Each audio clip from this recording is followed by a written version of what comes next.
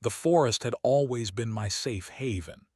Growing up, I spent every summer with my grandfather, hiking through the dense woods, learning the names of trees and tracking animal footprints in the soft soil.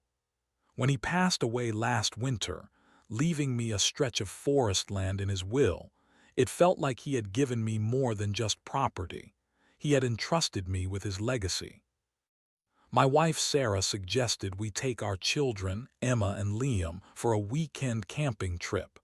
They need to connect with nature, she said, just like you did when you were their age. I could not agree more. After months of being trapped in our apartment, surrounded by concrete and noise, we all needed this escape. We loaded up our truck on Friday afternoon. Tents, sleeping bags, coolers filled with food, and enough marshmallows to give a dentist nightmares. The drive took nearly 3 hours, but when we finally turned onto the dirt road leading into the property, I felt a weight lift from my shoulders. This was where I belonged. I chose a perfect spot near the base of a small hill, beside a clear stream that gurgled pleasantly over smooth stones. The kids ran wild, exploring every inch of the clearing while Sarah and I set up camp.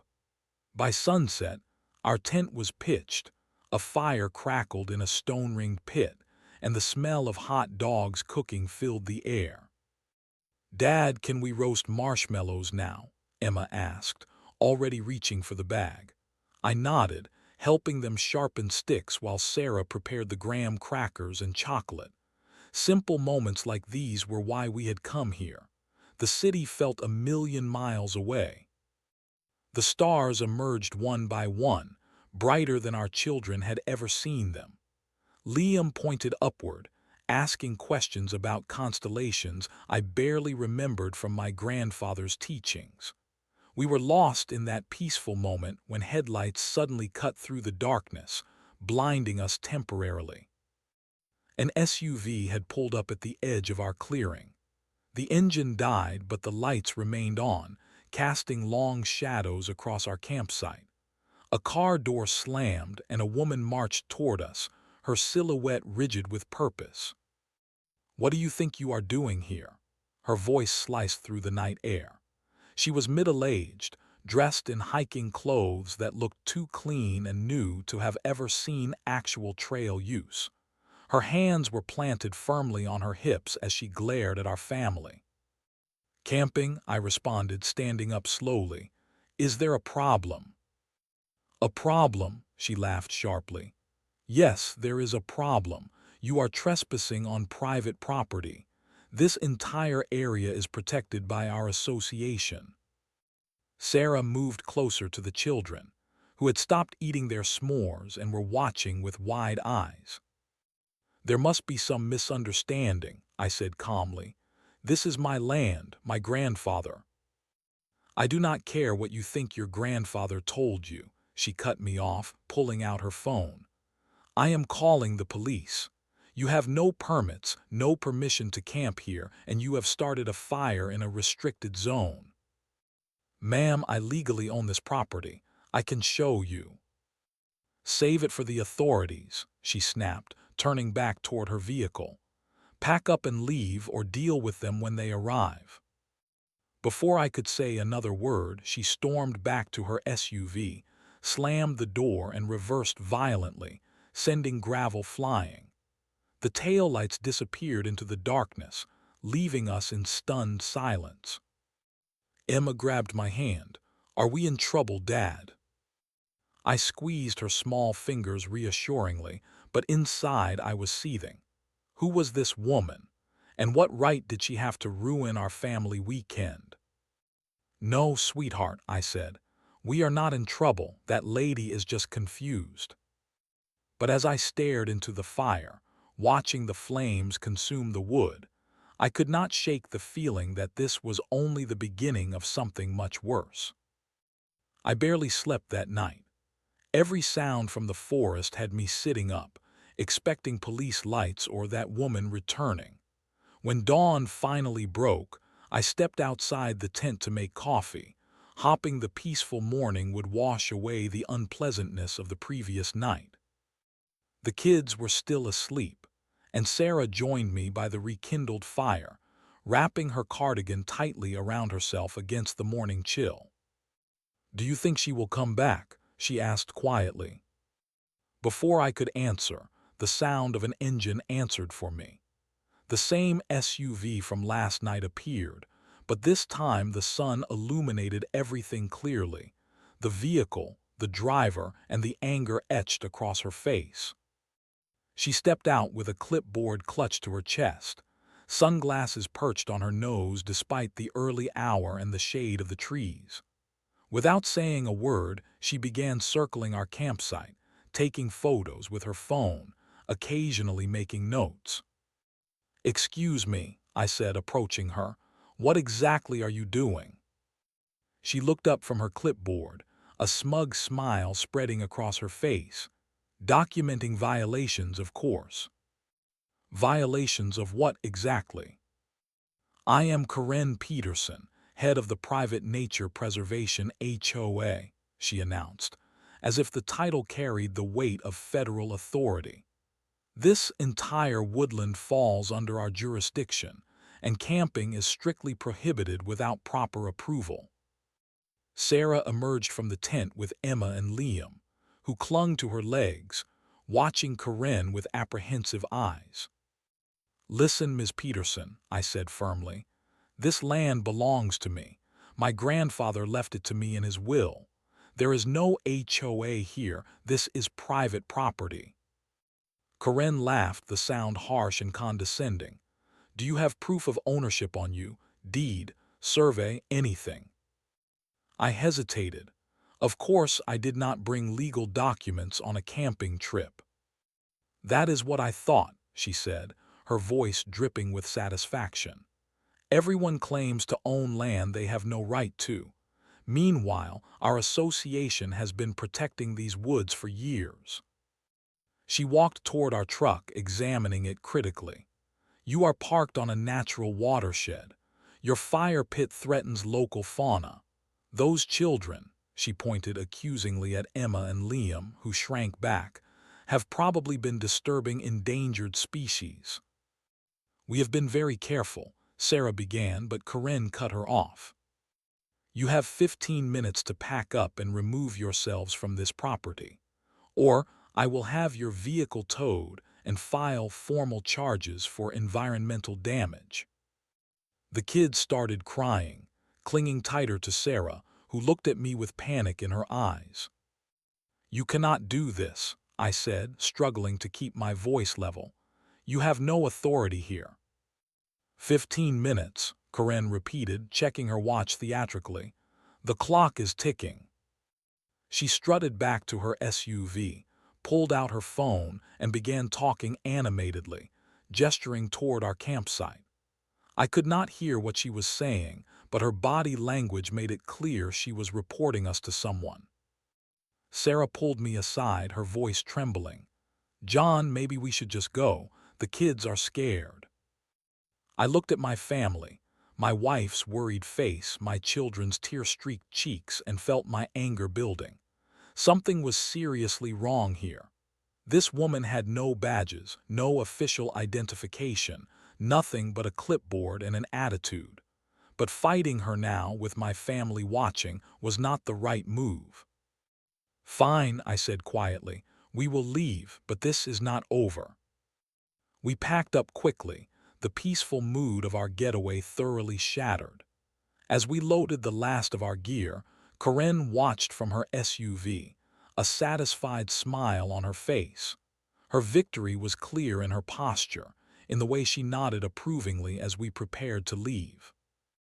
I helped the kids into the truck, then walked over to Karen's window.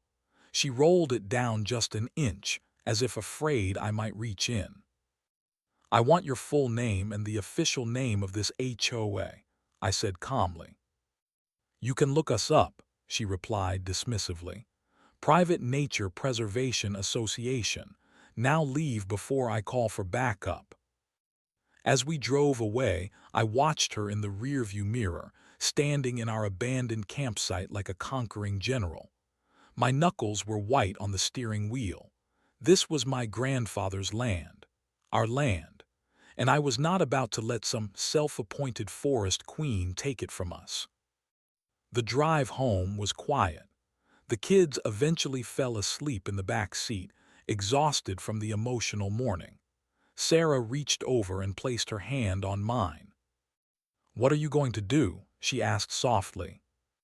"Find out who this Corinne really is," I replied, "and what this so-called HOA thinks it is doing on our property." Once home, I put the camping gear away while Sarah settled the kids. After dinner, when everyone had gone to bed, I sat at the kitchen table with my laptop and a box of my grandfather's papers. The deed was right on top, yellowed with age but perfectly clear. 5 acres of forest land, legally transferred to Henry James Wilson, my grandfather, in 1973, and now passed to me. I scanned the document and began searching online for any mention of the Private Nature Preservation Association. Hours passed as I dug deeper. Local forums, county records, property databases. I left no digital stone unturned. By 2 a.m., I had my answers. The HOA Corinne mentioned was not an HOA at all, at least not legally. It was a neighborhood committee formed by residents of Lakeside Estates, a development adjacent to the forest. They had no legal standing, no enforcement authority, and certainly no jurisdiction over my grandfather's land. I printed maps from the county assessor's website, highlighting property boundaries. Then I called the county land office first thing in the morning and explained my situation. The clerk was helpful, if a bit confused by my urgency. "Sir, if you have the deed and it is properly recorded, no neighborhood committee can claim authority over your property," she explained. "Would you like me to email you the official maps and legal descriptions?" "Yes, please," I said. "And is there any record of environmental restrictions or preservation orders on this parcel?" "None whatsoever," she confirmed. "It is zoned as private recreational land. As the owner, you have full rights to camp, hike, or develop within county building codes." After hanging up, I did one more search, this time for Corinne Peterson. Social media revealed exactly what I suspected. She lived in Lakeside Estates, served as the self-appointed environmental protection officer for their neighborhood committee, and had a history of confrontations with hikers, photographers, and other forest visitors. I spread everything out on the table: deed, maps, printouts of county records, and screenshots of Corinne's social media boasts about protecting the wilderness. Sarah walked in and stared at the paper trail. "You have been busy," she said, pouring coffee. "I am going back," I told her, "but this time I will be ready." "The kids were pretty upset," she reminded me. "Maybe we should wait a while." I shook my head. If we wait, she wins, and not just against us, against everyone she has bullied away from land that was never hers to protect. Sarah studied my face for a moment, then nodded. "What is your plan?" I smiled for the first time since our confrontation with Corinne. Documentation, evidence, and a very clear message about whose forest this really is. 2 weeks later, I returned to the forest. This time, I came alone and prepared. In my truck were laminated copies of the deed, boundary surveys, official county maps, and a letter from the county assessor confirming my ownership. I also brought trail cameras, a drone for aerial footage, and a new tent. I selected the same spot we had used before, certain that Corinne or her association monitored the area regularly. The campsite was set up with meticulous care, fire pit properly ringed with stones, trash contained in animal-proof containers, tent positioned well away from the stream, everything by the book. Then I placed my trail cameras in strategic locations, high enough to be unnoticed but with clear views of the campsite. The drone went up briefly to capture aerial footage of the property boundaries. Then I settled in to wait. I did not have to wait long. Barely 3 hours after my arrival, the now familiar sound of Corinne's SUV broke through the forest quiet. This time, however, she was not alone. Two men accompanied her, both looking uncomfortable as they followed her toward my campsite. I stood by the fire, calm and collected, as Corinne marched up with her clipboard. Her eyes widened briefly when she recognized me, then narrowed in anger. "You again," she snapped. "I thought we had established that camping is not permitted here." "Good afternoon, Miss Peterson," I replied pleasantly. "Beautiful day, is not it?" Her face reddened at my casual tone. "You are trespassing on protected land. Again. These gentlemen are from our association's enforcement committee." The men shifted awkwardly, avoiding eye contact. They did not look like enforcement of any kind, more like reluctant neighbors dragged into someone else's fight. "Actually," I said, pulling out my phone, "I would like to record this conversation if you do not mind." Before she could object, I pressed record. Her eyes darted to the phone, then back to my face. "You are squatting illegally," she stated firmly. "I have already called the sheriff. They will be here shortly to remove you." "Excellent," I responded, genuinely pleased. "That will save me a trip to the station. In the meantime, I have something for you." I handed her a laminated copy of the deed. She barely glanced at it. "This proves nothing," she said dismissively. "Perhaps these will help," I added, passing her the county maps with property lines clearly marked. "You will notice that we are currently standing approximately 400 yards within my property boundary. Your neighborhood, Lakeside Estates, begins over there."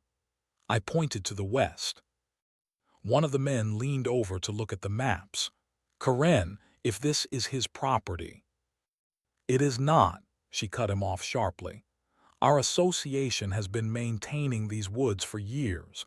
That gives us jurisdiction." "That is not how property law works," I explained calmly. "And by the way, I should mention that this entire conversation is being recorded not just on my phone, but on several trail cameras positioned around us." Corinne's head snapped up, her eyes scanning the trees. The men exchanged nervous glances. "You cannot record us without consent," she blustered. "Actually, in this state, I can record anyone on my private property without their consent," I corrected her. "Just as you took photos of my family camping 2 weeks ago." The sound of tires on gravel interrupted our standoff. A sheriff's cruiser pulled up beside Corinne's SUV. When the officer stepped out, I felt a jolt of recognition. "Mike," I called out, "Mike Reynolds." The sheriff squinted, then broke into a grin. "Well, I will be damned. Wilson's boy, right? Henry's grandson." Corinne's confidence visibly faltered as the sheriff approached and clapped me on the shoulder. "Your grandfather and my dad used to fish together," he said warmly. "Sorry about his passing. He was a good man." "You know him," Corinne interrupted, pointing at me accusingly. Sheriff Reynolds turned to her with a professional neutrality. "Yes, ma'am. Now what seems to be the problem here?" Corinne immediately launched into her rehearsed speech. "This man is trespassing on protected land. His campsite violates our neighborhood association's environmental bylaws. He has refused to leave despite multiple warnings." Sheriff Reynolds listened patiently, his expression unreadable. When she finished, he turned to me. "Your side of things." I handed him my folder of documents. "This land has belonged to my family since 1973. I inherited it from my grandfather last year. There is the deed, county records, and official boundaries. Ms. Peterson here has been harassing me and my family, claiming authority she does not have." The sheriff reviewed the documents carefully while Corinne fumed. The two men with her had retreated several steps, clearly wanting no part of this confrontation. "These look in order," Sheriff Reynolds finally said. He looked at Corinne. "Ma'am, according to these documents, this is private property belonging to Mr. Wilson here." "That cannot be right," Corinne insisted. "Our HOA has jurisdiction over all the woodland in this area. We have bylaws about camping and fires." "Your homeowners association only has authority over properties within its boundaries," the sheriff explained patiently. "According to county records, your association covers lakeside estates, not this forest land." "We have been protecting these woods for years," Corinne's voice rose. "That gives us rights." "No, ma'am, it does not," Sheriff Reynolds stated firmly. "You cannot claim property rights through unsolicited conservation efforts." Corinne's face flushed deeper. "Do you know how many environmental regulations he is violating? There are endangered species here. His fire could cause forest fires. His children were disturbing wildlife." "His campsite appears to be in perfect order," the sheriff observed, glancing around. "Fire properly contained, trash secured." "2 weeks ago, she threatened to have our truck towed and frightened my children," I added, playing a video from my phone. The footage clearly showed Corinne telling us we had 15 minutes to leave. Sheriff Reynolds watched the video, his expression growing more serious. When it ended, he turned to Corinne. "Ms. Peterson, what you are doing could constitute harassment and criminal trespass. You have no legal authority here." "This is ridiculous," Corinne spat. "I am trying to protect nature from people like him." "The owner of this property has every right to camp here with his family," the sheriff continued. "If you continue to harass him, he would be within his rights to file charges against you." One of the men touched Corinne's arm. "Corinne, maybe we should go, if this is really his land." She jerked away from him. "Do not be ridiculous, Steve. He is bluffing." "I am not," I said quietly. "And I have documentation of your previous harassment of my family, including upsetting my children. If you return, I will file formal charges." Sheriff Reynolds nodded. "I would advise you to respect private property boundaries, Ms. Peterson. Your association has no jurisdiction here." Corinne stood frozen, her clipboard clutched to her chest. For a moment I thought she might explode in rage. Instead, her voice dropped to a dangerous whisper. "This is not over. I will be speaking to my lawyer. Your grandfather never had proper permits.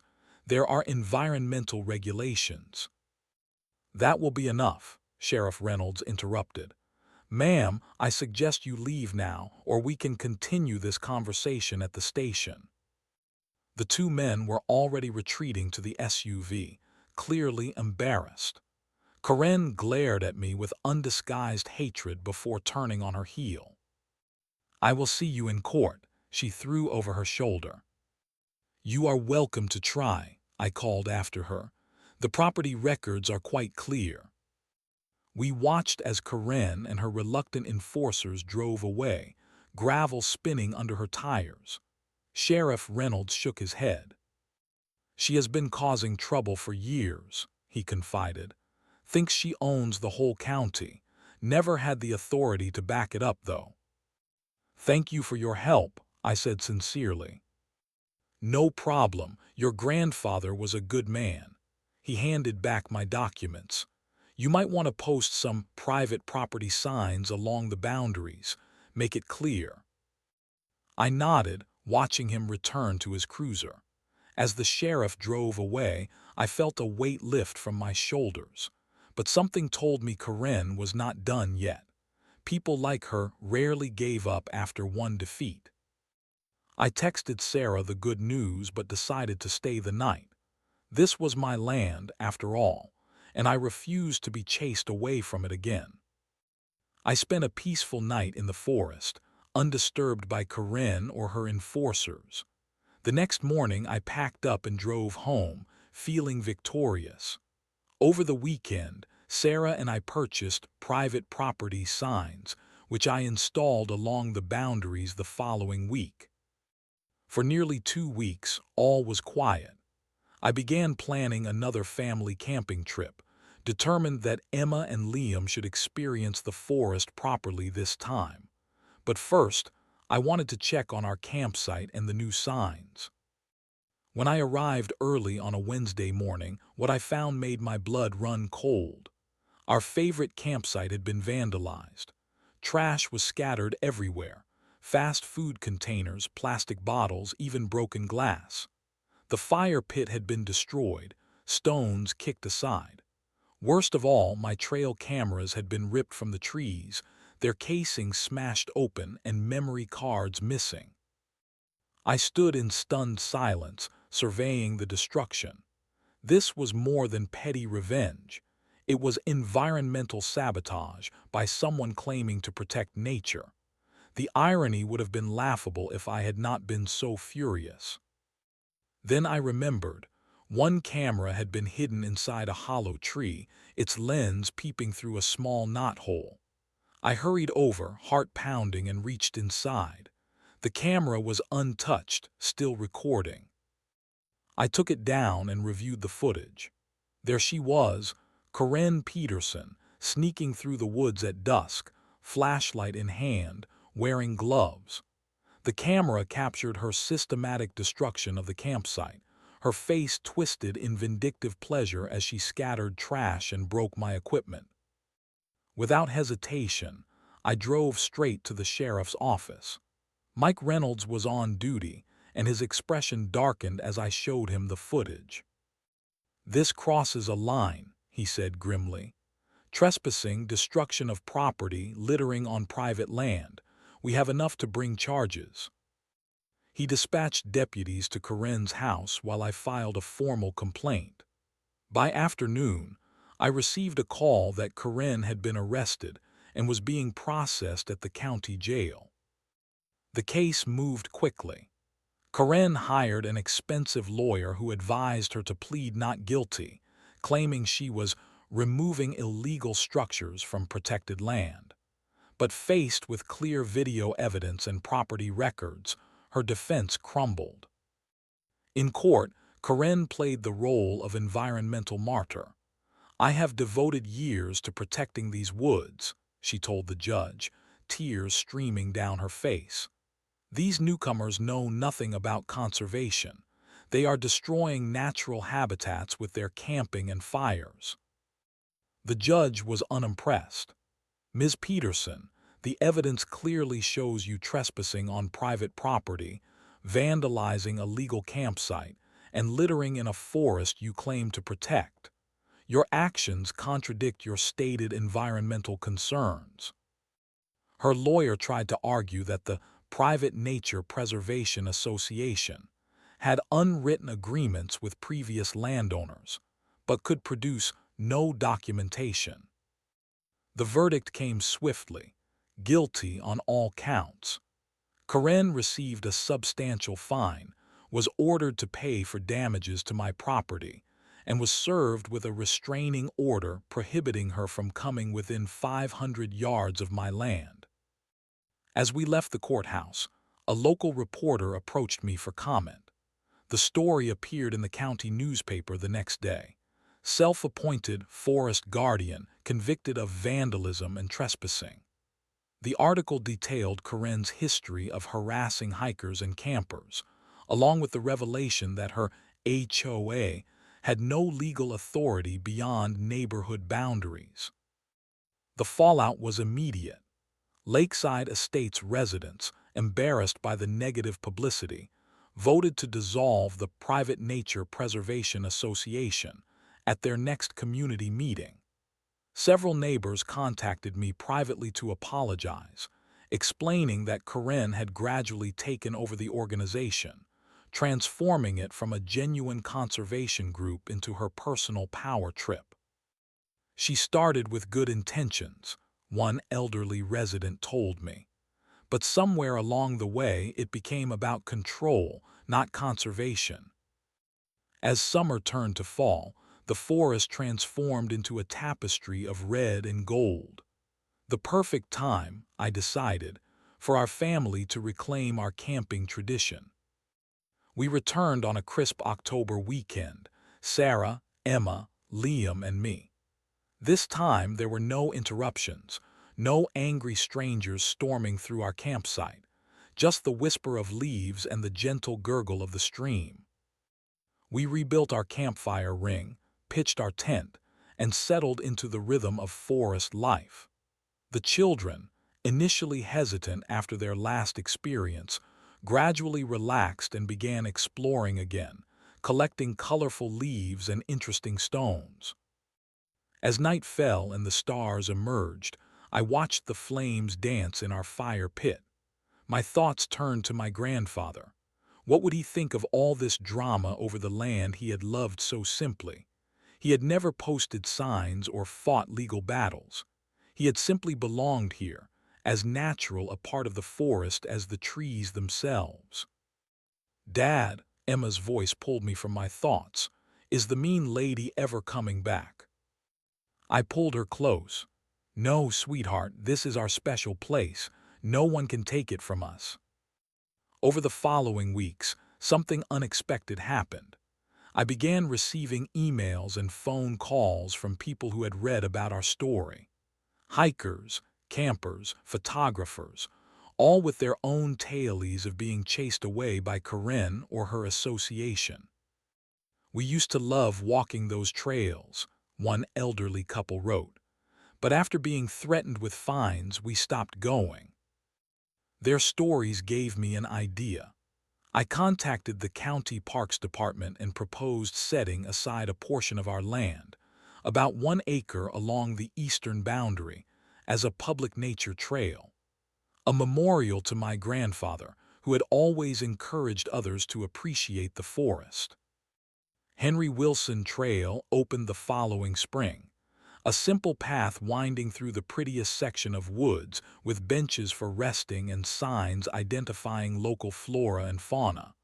No permits required, no fees, just nature, accessible to all who respected it. Karen Peterson moved away shortly after her conviction. I heard she relocated to Arizona. Perhaps a climate with fewer trees suited her better. The remains of her association transformed into a legitimate environmental education group, focusing on teaching children about conservation rather than policing adults' enjoyment of nature. As for our family, we camp regularly now, sometimes at our private spot by the stream, sometimes joining others along the public trail. The forest has become not just a place we visit, but a part of who we are, a living connection to my grandfather, and a reminder that some things are worth fighting for. Last weekend, I watched Liam carefully build his first solo campfire under my supervision. His face glowed with pride as the flames caught and grew. In that moment, I saw my grandfather in him, the same careful hands, the same respect for the forest. "Did I do it right, Dad?" he asked. "Perfectly," I told him. "This is exactly how it should be." And it was. Not just the fire, but everything. The trees standing guard around us, the stars overhead, the knowledge that this place would remain ours for generations to come. The peace we had fought for had finally arrived, settling over the forest like the gentlest of rains, nourishing everything it touched.